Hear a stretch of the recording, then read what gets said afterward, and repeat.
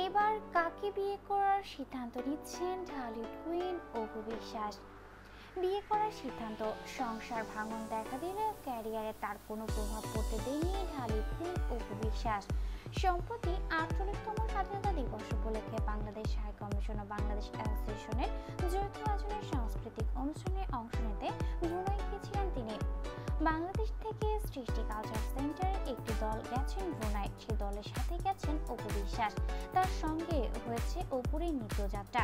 Brunei মাতিয়ে এসে তিনি এবার বরাবরের মতো আবারও পুরাতনের কাজে মনোযোগ দিয়েছেন। একটু আগে তিনি নিজের ভেরিফাইড ফেসবুক পেজে একটি পোস্ট করেন। আগামী ৭ এপ্রিল এনটিভিতে তার এক বিশেষ প্রোগ্রাম দেখার জন্য ভক্তদের আগাম বার্তা দিয়ে অনুরোধ করেছেন। তিনি সেখানে লিখেছেন, বই ছাড়া ঘর, মন ছাড়া শোলের মতো। এছাড়া তিনি সেখানে আগামী ৭ এপ্রিল এনটিভিতে অনুষ্ঠিত একটি প্রোগ্রামের কথা উল্লেখ করেছেন। ছবিতে দেখা যাচ্ছে লাল শাড়ি পরে মনোযোগ দিয়ে বই পড়ছেন অপু বিশ্বাস। এদিকে প্রিয় অভিনেত্রীকে এভাবে নয়া লুকে দেখতে পেয়ে ভক্তরা নানা ইতিবাচক কমেন্ট করে থাকছেন।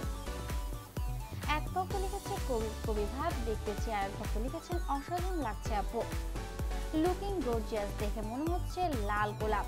আরেক ভক্ত লিখেছেন ওয়াও, অবশ্যই দেখবো, রানী বলে কথা, তুমি সামনে এগিয়ে যাও।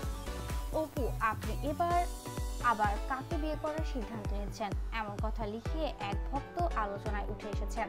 দর্শক, আপনার কি মনে হয় অপু বিশ্বাস কি এই মুহূর্তে বিয়ে করার সিদ্ধান্ত নেবে?